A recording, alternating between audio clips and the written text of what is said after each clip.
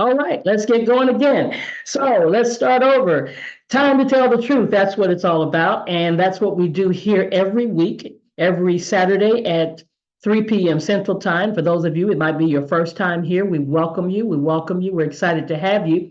And if you're watching on YouTube, of course, there have been some other topics that we've covered. So feel free to hit subscribe as we build this content on this platform. So we're excited to have you here today.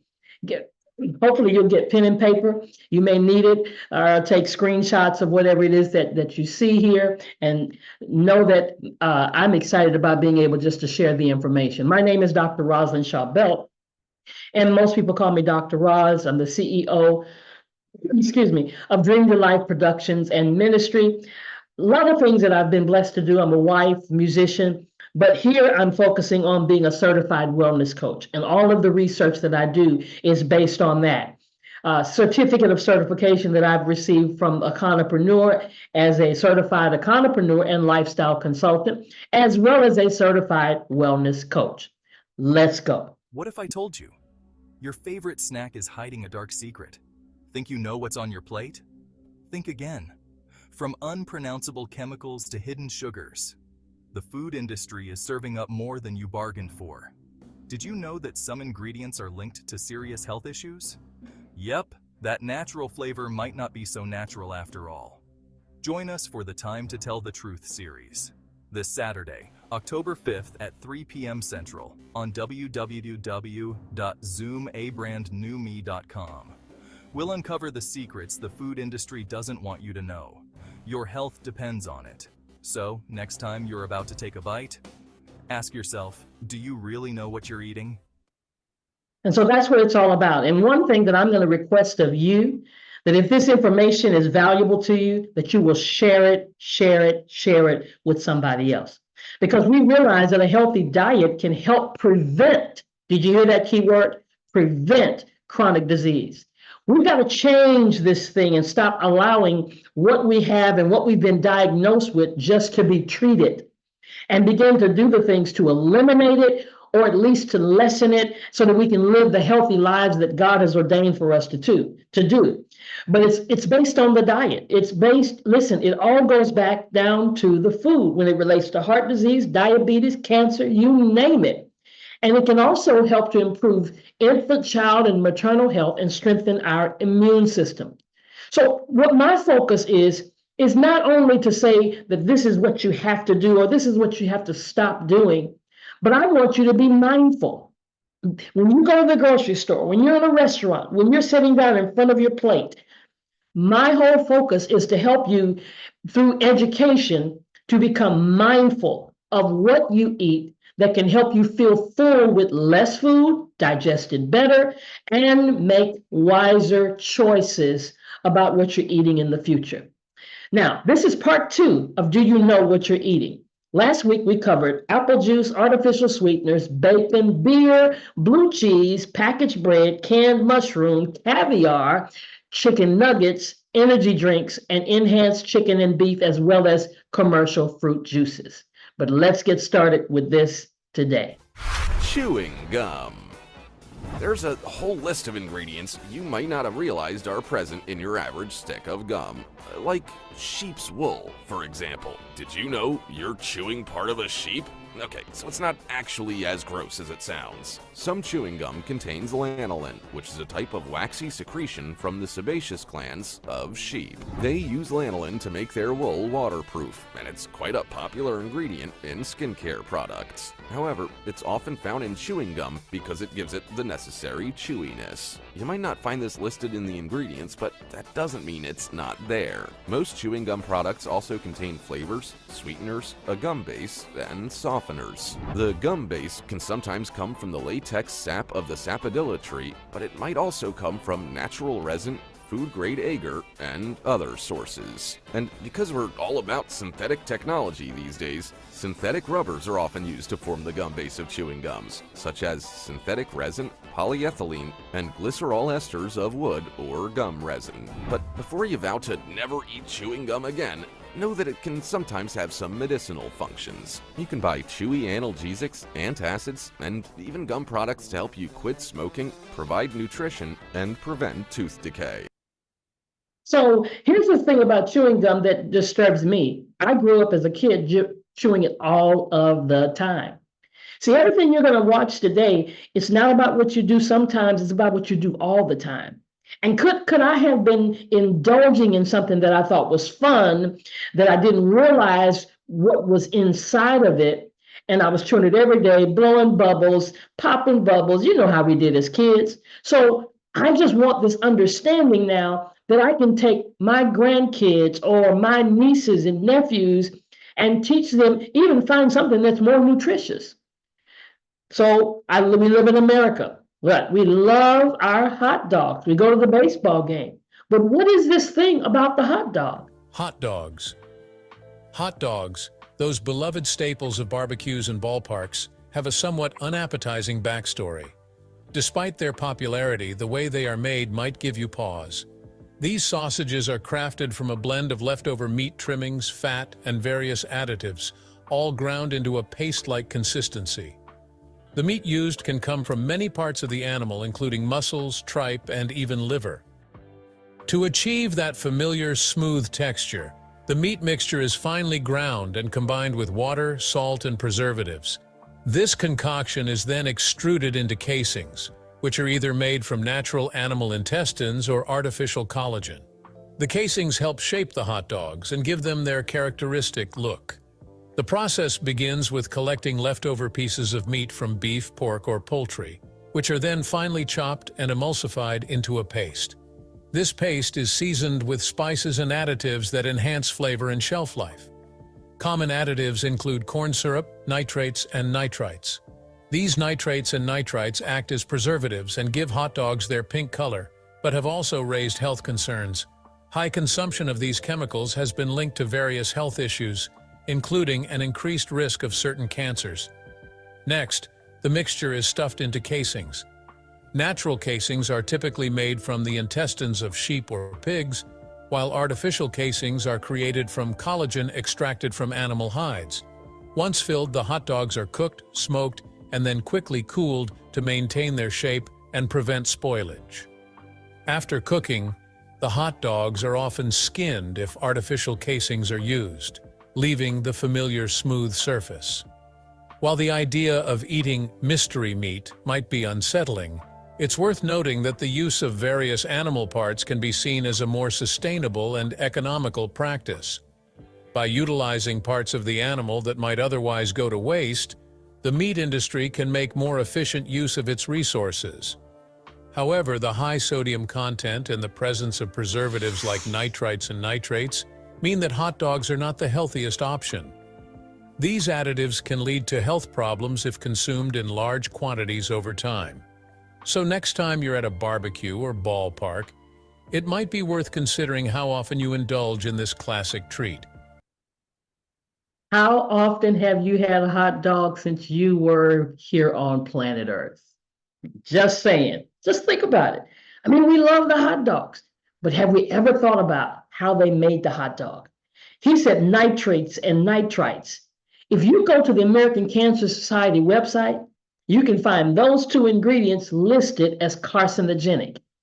So I'm getting a better understanding why we have so many people with cancer, why we have so many people with diabetes, with high blood pressure, because we love the American hot dog. And me personally, I didn't like the hot dog. I wanted to have the chili dog, so I took it to the next level. So let's face it, most people don't know much about nutrition. I've even seen in studies, I did one of these teachings where the doctors, out of all the 8 to 10 years that they go to school, very little instructions on nutrition. They may have a general idea that we ought to balance between our carbs and our fats and our proteins, but they struggle to distinguish complex carbohydrates from simple carbs or trans fats from monosaturated or polysaturated fats. We act like we don't care about it, let alone the foods containing the essential vitamins and minerals for our body. And there are lots of studies that point to the correlation between low health knowledge and poor health outcome. If we're not teaching If we're not educating, even scripture says it like this: we're destroyed for the lack of knowledge. So how can we really blame people for that when we're not putting the information out there? And then some of the information is misleading. It's misleading publicly, and the lack of time and resources in learning about nutrition that we should start when children are young. It should be taught in school from an early age, all of this information that you're going to hear throughout this entire series. Commercial ice cream. Commercial ice cream, a favorite treat for many, often contains more than just milk, sugar, and cream. To achieve the smooth, creamy texture that people love, mass-produced ice creams frequently include stabilizers and emulsifiers. These ingredients help prevent ice crystals from forming and keep the texture consistent, even after being stored in the freezer for a while. One common stabilizer used is carrageenan, which is derived from seaweed. Carrageenan acts as a thickening agent and is widely recognized as safe by food regulatory agencies. However, some studies have suggested that carrageenan might cause digestive problems and inflammation in certain individuals. This has led to ongoing debates about its safety, with some people experiencing stomach issues after consuming products containing carrageenan. In addition to stabilizers, commercial ice cream often contains artificial flavors and colors. These additives are used to replicate the taste and appearance of natural ingredients, such as fruits and vanilla, at a lower cost. However, synthetic flavors and colors have been linked to various health concerns. For example, some artificial colors have been associated with allergic reactions and hyperactivity in children. The potential risks of these additives have prompted many consumers to seek out ice cream brands that use natural ingredients. To enjoy ice cream without the additives found in many commercial brands, you might consider making your own at home. Homemade ice cream allows you to control exactly what goes into your treat, using simple and whole food ingredients.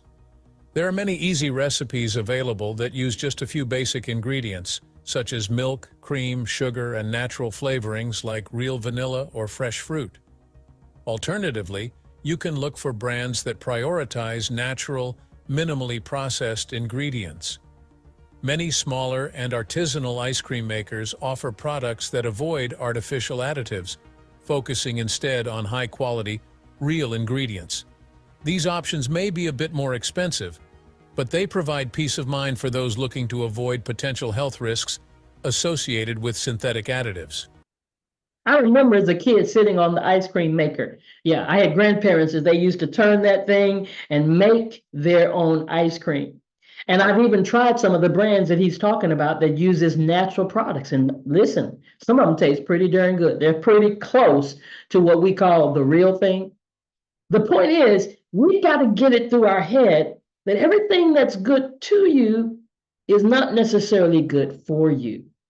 And sometimes, we can talk to people and keep on saying it, but people don't want to think about their health oftentimes. First of all, eating healthy requires a certain level of discipline and commitment, which is, not very appealing to the vast majority. But I believe that that's changing, because a healthy lifestyle sometimes is perceived in this case as a burden. And that simply adds up more stress and more hardship, and we're moving fast in our life, and even if it's proven otherwise in the long term. But I need to talk to somebody today. If you're watching this, I believe that you're concerned about your own health. Even if you had a long day at work and you're feeling exhausted, come on now. Eating a salad or going for a run are probably the last things you want to do, but it's the best thing for you. Do you ever stop to think about what really goes into the making of your favorite foods? From the juicy hot dog to the crispy chicken nugget, the reality of how these foods are made will leave you speechless. Prepare to be surprised and maybe even a bit grossed out as we uncover the secrets that could make you rethink your next bite. Imitation crab meat. Imitation crab meat, often called surimi, is a clever but misleading substitute for real crab. It looks and tastes somewhat like crab meat, but it's actually made from inexpensive processed fish like pollock or hake. Here's how it's made. The fish is ground into a fine paste, mixed with various additives such as starch, sugar, and artificial crab flavoring. and then shaped to resemble real crab meat.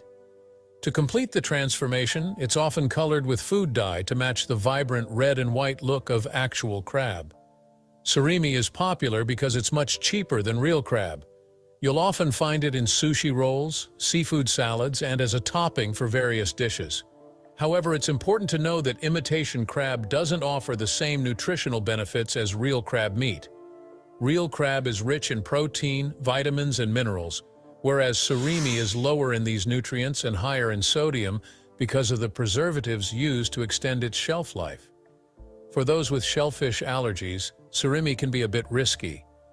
Even though it's made from fish, not shellfish, it's often processed in facilities that handle real crab, which means there's a chance of cross-contamination. This could trigger allergic reactions in sensitive individuals. The next time you're at a sushi restaurant or shopping in the seafood section of your grocery store, keep in mind that imitation crab is just that, an imitation. While it can be a tasty and budget-friendly option, it's not quite the same as enjoying the real thing. Understanding what you're eating helps you make better food choices, whether you're considering nutritional content or managing food allergies.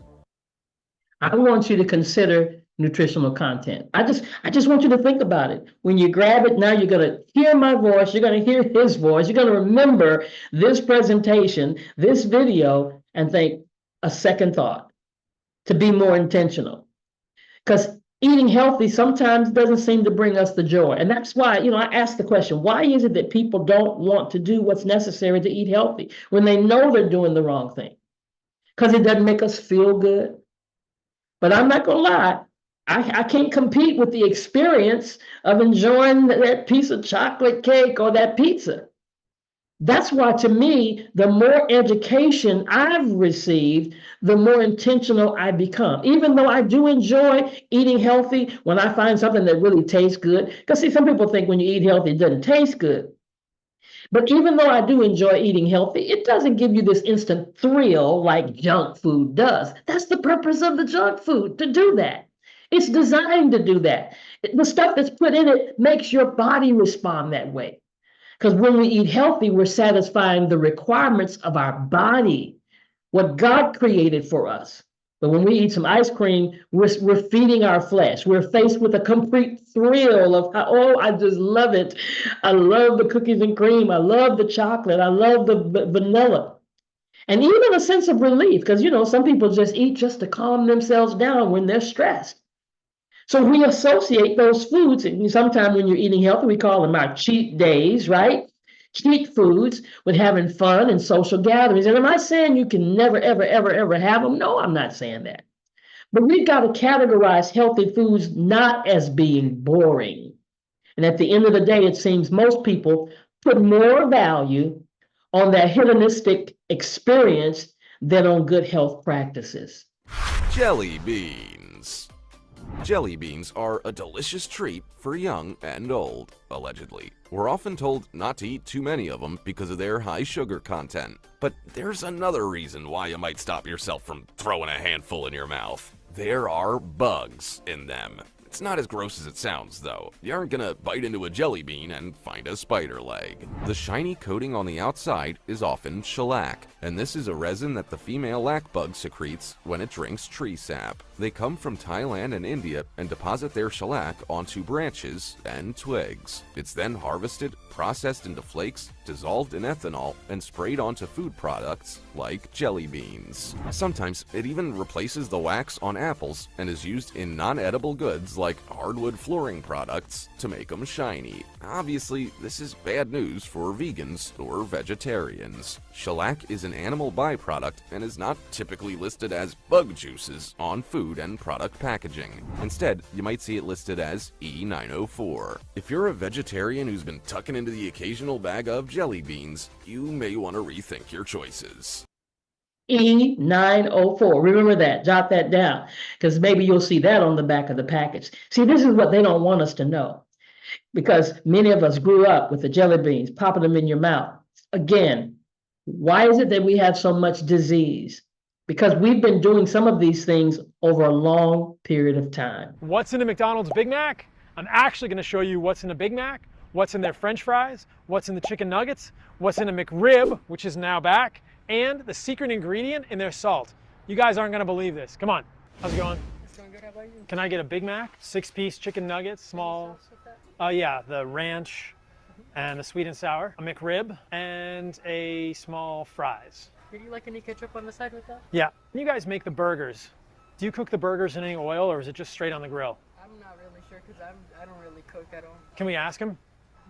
No oil. Just the patties go straight on the Yeah, grill. we just put the patty straight on the grill and then it cooks like that. Okay. But there's obviously oil accumulated just from the meat. Okay, cool, thank you. Yeah. There you go, that's a little tidbit for you guys. If you're in a pinch, the quarter-pound beef patties at McDonald's are 100% beef. Maybe not the best beef in the world, but they don't use seed oils on the grill here. Let's go sit down and we'll see what comes out with the rest of this food. This is quite a spread of diabetes, obesity, chronic disease, and unhappiness, but I'm gonna tell you why. I'm gonna start with the chicken nuggets here. Trust me, I get it. I used to eat chicken nuggets as a kid. So these are chicken meat with bleached wheat flour added. The problem with bleached wheat flour is some of the chemicals they use to bleach the wheat flour can be harmful for humans, like chlorine dioxide. There's obviously a breading, which is a wheat-based breading, and that is cooked in 4 different types of seed oils: corn, canola, soybean, and hydrogenated soybean oil to make these chicken nuggets.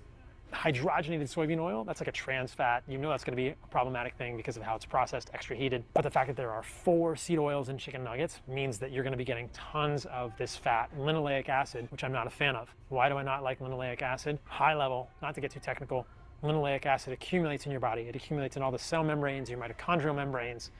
It messes up the way you make energy in your mitochondria by causing proton leak across the inner mitochondrial membrane. The seed oils also can break down into harmful compounds called the HODs and the heats. These are called oxalams or oxylipins, etc. All right, I got a little technical. That was maybe a little more technical than high level. Basically, seed oils are something that humans never would have been exposed to. Before 100 years ago, they were used as machine lubricants, and now they're a huge part of our food supply. They're in basically everything on this table. And in contrast, animal fats like tallow and butter were all we ate for thousands and thousands of years of humans.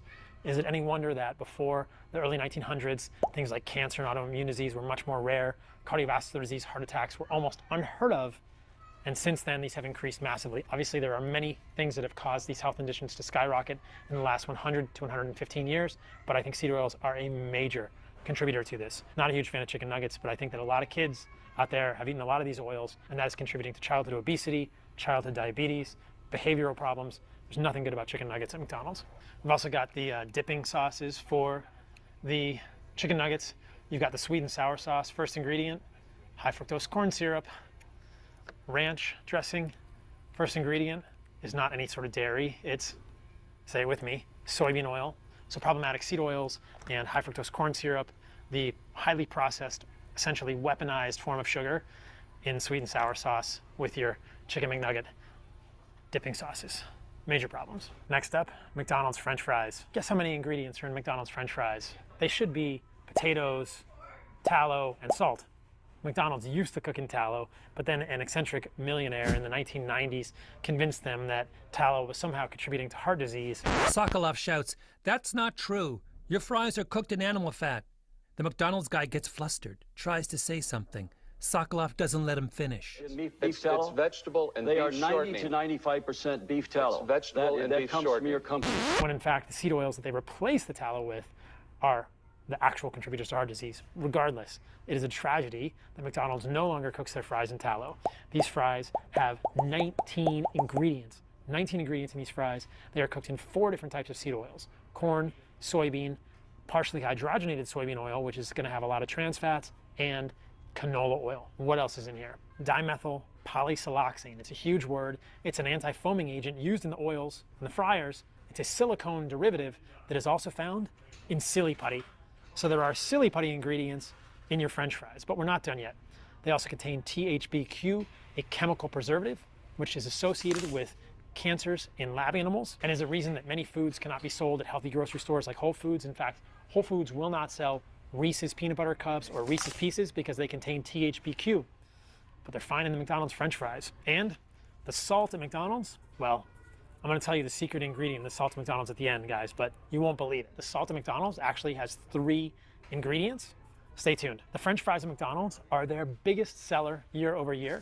These are almost certainly the worst thing you could possibly get here, causing you to be more hungry, filling you with seed oils, filling you with preservatives, filling you with silly putty ingredients. The French fries at McDonald's are an absolute nightmare for your metabolism, but they're the most popular thing here. 19 ingredients in French fries, crazy.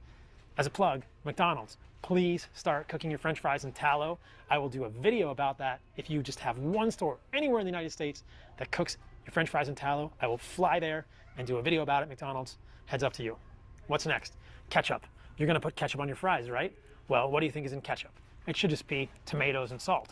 But the ketchup at McDonald's contains high fructose corn syrup, and natural flavors, along with tomatoes, salt, and distilled vinegar. So basically at McDonald's, so far, you've got seed oils and high fructose corn syrup every which way you turn.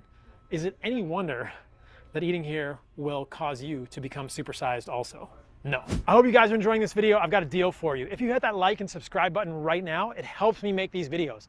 I want to keep making these videos with free information that you can share with your friends and your family to help you lead better, healthier lives. So here's the deal. If you hit that like and subscribe button, Listen, I gotta stop. Anybody that knows me, I was a McDonald's fry junkie. My car would just go right over there to McDonald's, right? And when I began to understand this, I'm so proud of myself. I have deleted McDonald's out of my system. See, when a consumer, and that's why you got to know what you're eating, because when a consumer finds themselves standing under the fluorescent lights of the grocery aisle faced with a choice, flavor is usually the supreme catalyst. And when asked what matters most when they're buying food, most Americans, 55% of them, want taste. And in this economy, another 66% of respondents said they don't care where their food comes from as long as they can afford it. But then they do care when they're in the hospital. Non-dairy creamer. Non-dairy creamer, a popular addition to coffee and tea, has a surprisingly complex ingredient list that might make you think twice before adding it to your drink. Though marketed as a healthier alternative to dairy, these creamers are usually made from water, oil, and sugar, plus various artificial additives. One of the most concerning ingredients in many non-dairy creamers is partially hydrogenated oil, which contains trans fats. Trans fats are linked to serious health issues like heart disease, stroke, and type 2 diabetes. While the FDA has banned added trans fats in most foods, some non-dairy creamers may still have trace amounts because they use highly processed oils.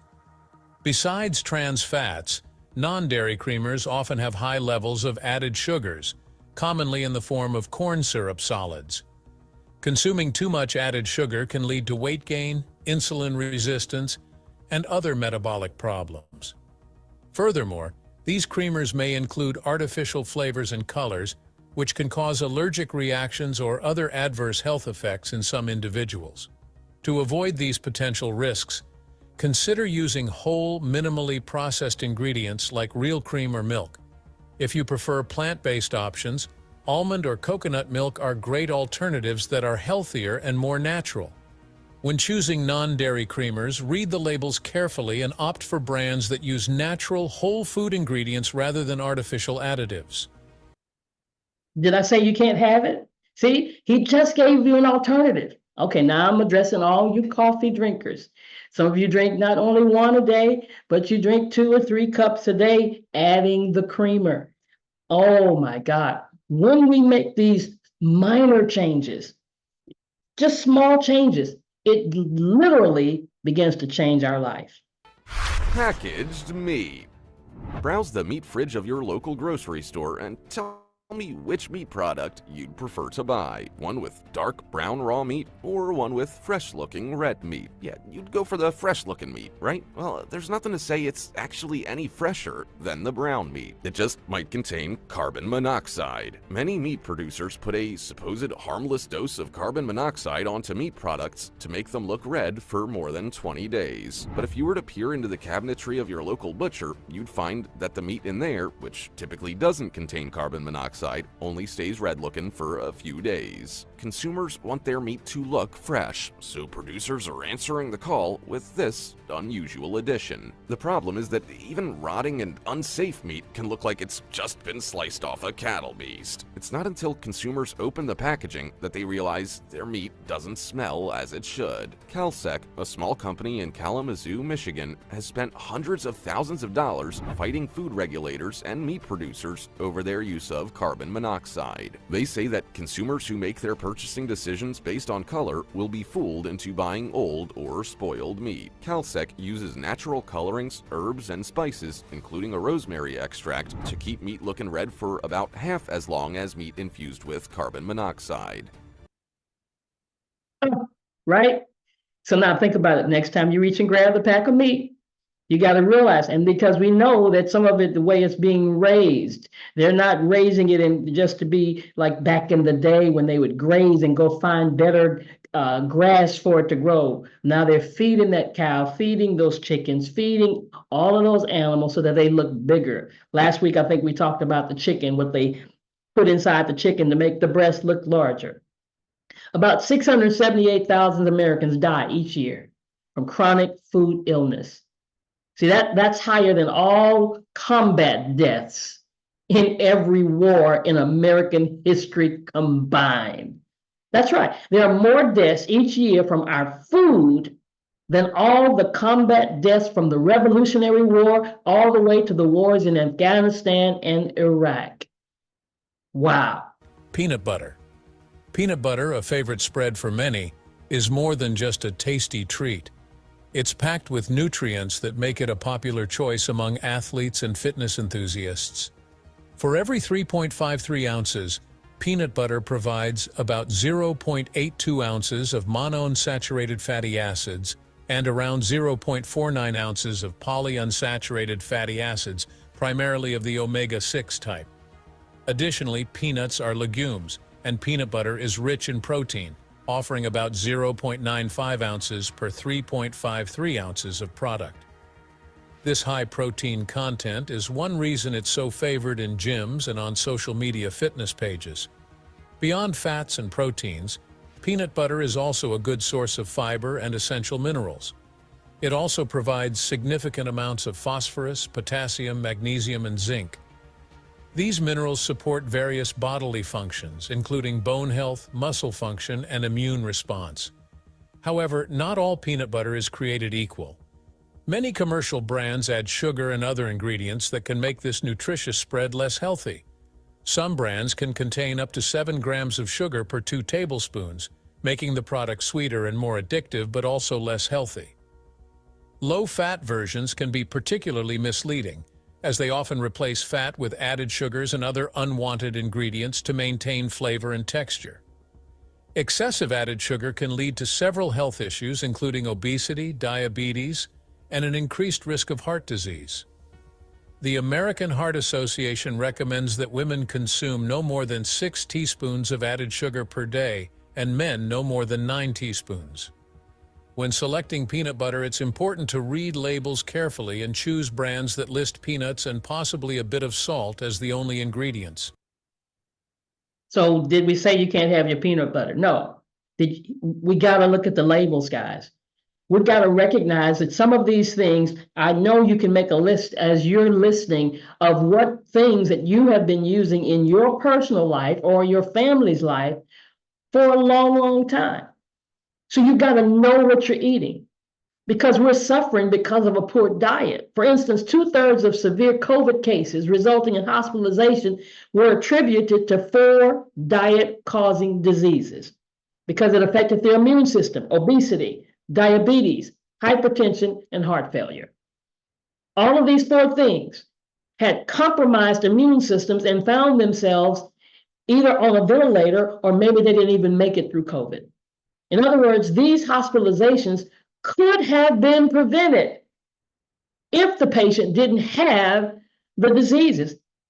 I tell people all the time, start saying you've been diagnosed with a disease and don't claim it as a part of you, because God didn't create you with diabetes or high blood pressure or all of these other things. All told, the economic cost of nutrition-related chronic diseases has been estimated at $16 trillion over the period from 2011 to 2020. Pringles. You might think the most shocking thing about your average can of Pringles is how you can never seem to fit your fist in the can to grab the last few chips. But the real shocking thing is just how bad they are for you and how they're not even really potato chips. The Pringles company wanted to avoid paying taxes for luxury foods, so they argued that the potato content of their chips was so low that they technically weren't potato chips. Instead, they're made out of rice, wheat, corn, and potato flakes. The slurry mixture is then pressed into a shape, rolled into a sheet, and cut into the shapes that fit so beautifully inside that frustratingly narrow tube. Once they're cut, they're curved, put into boiling oil, dried, and sprayed with powdered flavors. Yeah, nothing about any of that screams wholesome potato chip. They even stack together. And then there are the cancer-causing chemicals. Sorry, what? Yeah, I mean, it's not actually intentionally added, but it's there nonetheless. Acrylamide is a cancer-causing chemical that's created when foods rich in carbohydrates are fried, baked, roasted, or toasted at high temperatures. Many foods, not just potatoes, contain acrylamide when cooked at 212 degrees Fahrenheit or above. So you'll find it in potato chips and French fries, but also in various processed snacks, roasted breakfast cereals, bread crusts, etc. So not being potatoes is the least of your worries when eating Pringles. So it's not even the potato, it's what all these other additives that have been put into these foods. Because some of us are just starting to read the labels. See, the nutrition facts label, they clearly define, and we've gone through certain laws to make sure that they put those labels on there.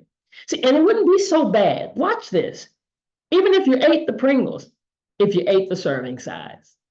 The next time you eat something that you know really, really shouldn't be eating, it's not really good for you, it's not related to your own personal blood type, look at the serving size before you get indulging in it.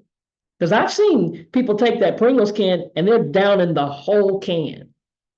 At the top, it tells you the serving size.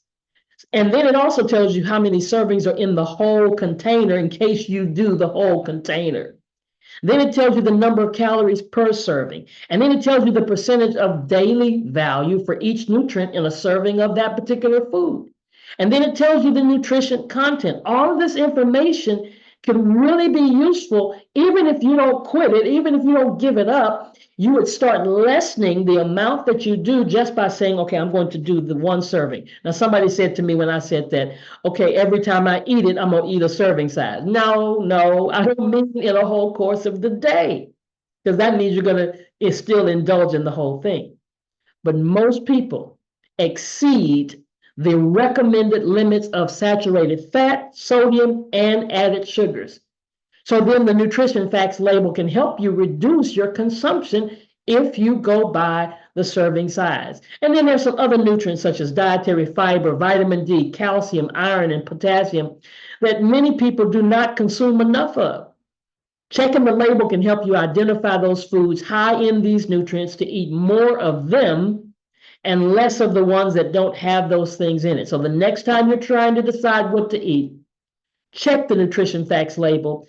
And I love this app that I use called Yuka, Y-U-K-A, the Yuka app. It'll scan the product for you and let you know if it's excellent, if it's good, if it's poor, or if it's bad. Because guys, we got to know what we're eating. Even on the front of the pack. Now, there are labels that give us a quick guide, so you don't have to go to the back and try to pull out your magnifying glass and read everything. You can see on the front what about the energy, the fat content, the saturated fat content, the sugar content, and the salt content. These are labels provide information on the number of grams of fat, saturated fat, sugars, and salt very, very quickly. So you can be aware that the manufacturer's idea of a portion might be different from yours. Processed cheese. Processed cheese, also known as cheese product or cheese food, is widely loved for its affordability, convenience, and excellent melting qualities. It's often used in fast food and homemade recipes for these reasons. However, the way processed cheese is made, and what goes into it might make you think twice before making your next grilled cheese sandwich. The journey of processed cheese starts with real cheese, which is made from milk. This cheese is then melted down and combined with a variety of additives to create the final product. These additives include emulsifiers like sodium phosphate, which help blend the cheese into a smooth, uniform texture. Sodium citrate is another common additive that keeps the cheese from separating and maintains its creamy consistency. To give processed cheese its signature bright yellow color, artificial colors are added, making it look more appetizing. After all these ingredients are mixed together, the cheese mixture is pasteurized. Pasteurization involves heating the cheese to kill any harmful bacteria, which also extends its shelf life. The pasteurized cheese is then poured into molds to form slices, blocks, or other shapes that you find in grocery stores. One of the significant downsides of processed cheese is that it contains much less real cheese compared to natural cheeses like cheddar or mozzarella. The high amounts of sodium and various additives can raise some health concerns. For instance, excessive sodium intake is linked to high blood pressure, and some people may experience allergic reactions to the artificial ingredients. Moreover, the production of processed cheese has environmental implications. Dairy farming requires a substantial amount of water and produces a considerable amount of greenhouse gases, contributing to environmental degradation. As awareness of these issues grows, some consumers are looking for healthier and more eco-friendly alternatives. Natural cheeses made from sustainably sourced dairy or plant-based cheeses offer such alternatives, providing the familiar flavors and textures without the health and environmental drawbacks of processed cheese. See, this bothers me because what are they bringing to our communities? Government cheese, we call it government cheese, right? Because we couldn't afford to get certain other things, so they ship us, they give it to us for free. They're killing us for free. Bring us some apples and some oranges and some fruits and some vegetables. So how do you know if a food is high in fat, saturated fat, sugar, or salt? There's some guidelines to tell you if a food is high in fat, saturated fat, salt, sugar, or not. These are, here they go, total fat. So learn these numbers. If it's more than 17.5 grams of fat, it's high. Saturated fat, it's high if it's more than 5 grams of saturated fat. We're looking for small numbers. If you can't, you don't have to remember the exact numbers, just look for small numbers.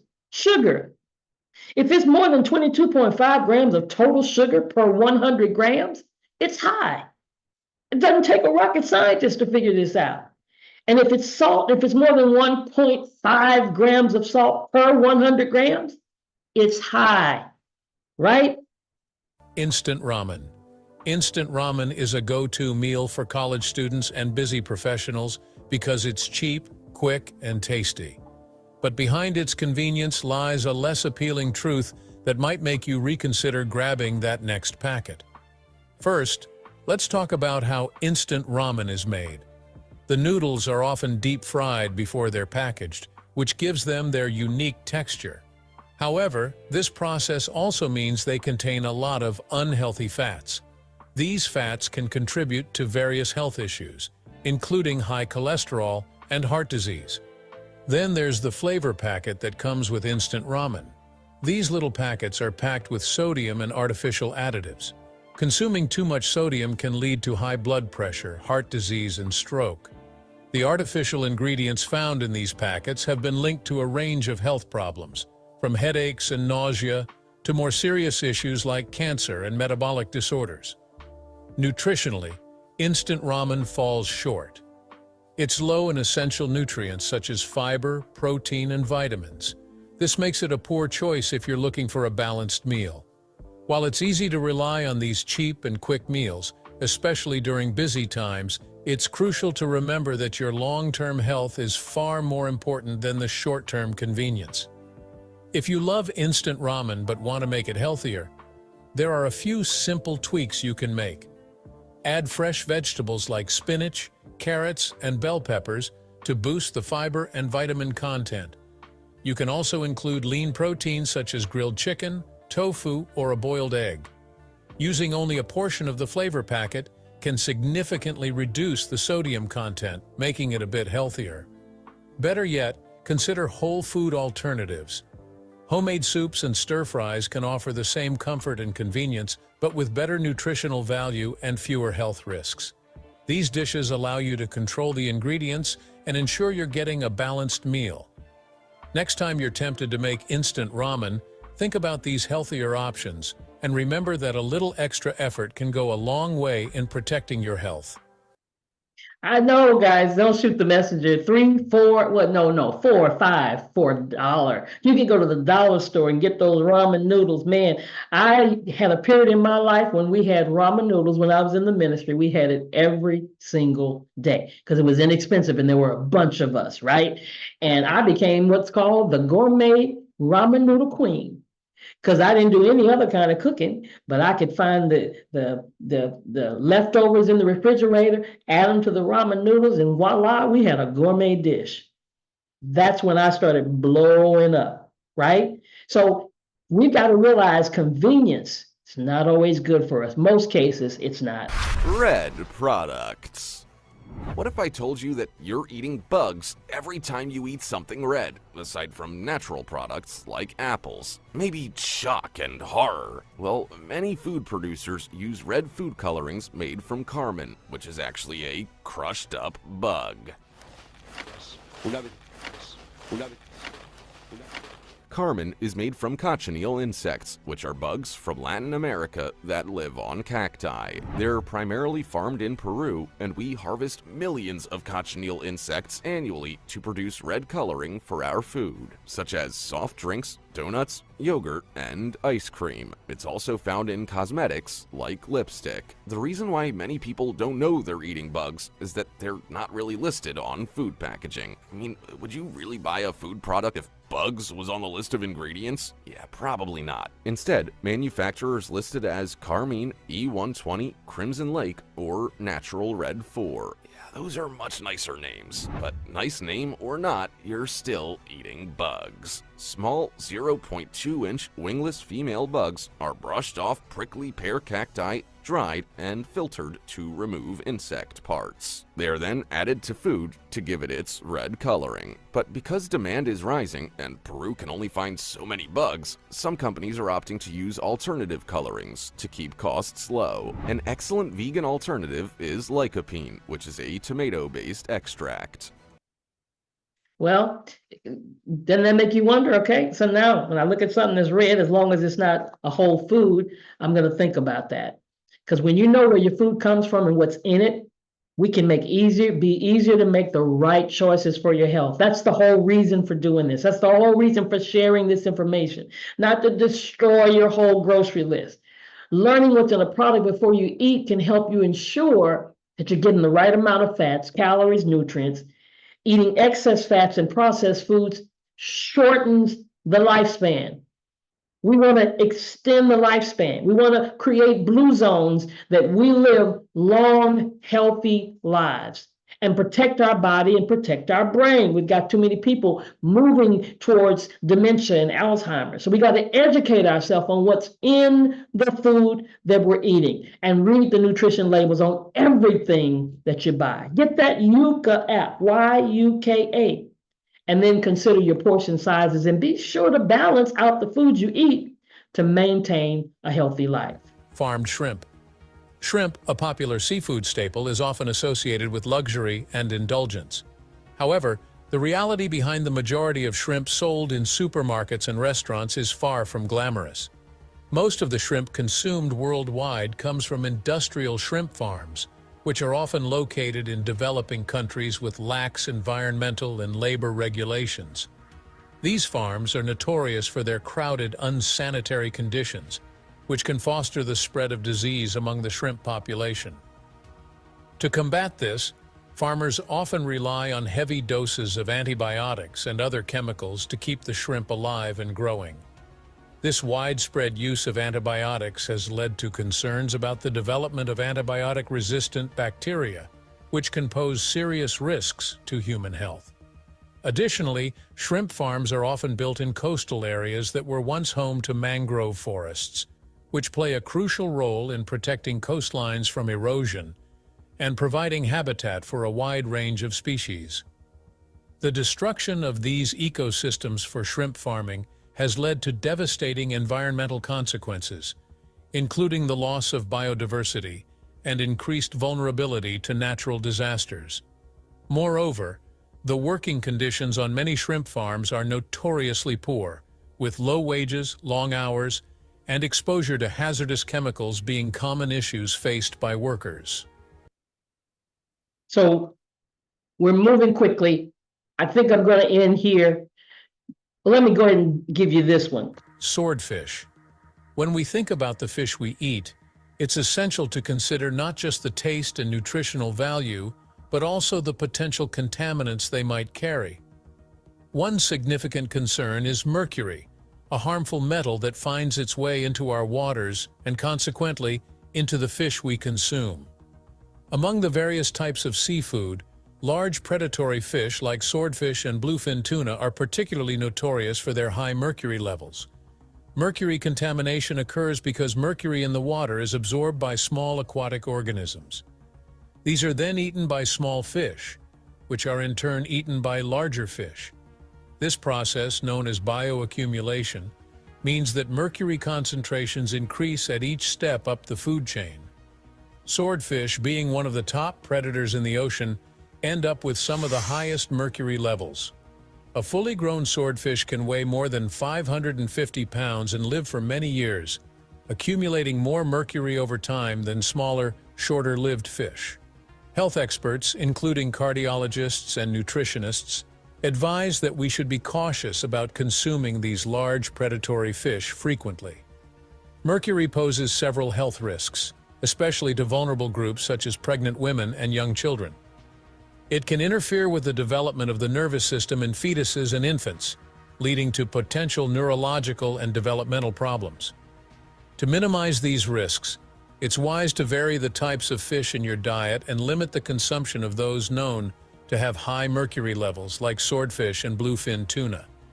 Instead, consider eating smaller oily fish such as sardines, anchovies, and mackerel. These smaller fish not only contain significantly less mercury, but are also rich in omega-3 fatty acids, which are excellent for heart health. They are also a great source of high-quality protein and essential nutrients like iodine, selenium, phosphorus, and vitamins A and D. Consuming a variety of fish ensures you still get the nutritional benefits without the higher risk of mercury exposure. For instance, whitefish like cod and haddock are excellent alternatives that provide vital nutrients without the high mercury content. So we've got to increase, right, our omega-3. And we're learning that, and we're spreading that word out. So we've got to make sure that we take particular care in the labels.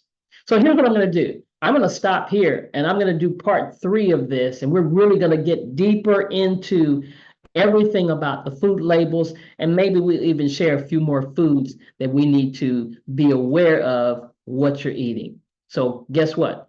I hope that you understand. If you want to see more of these, hit subscribe. For those of you on YouTube,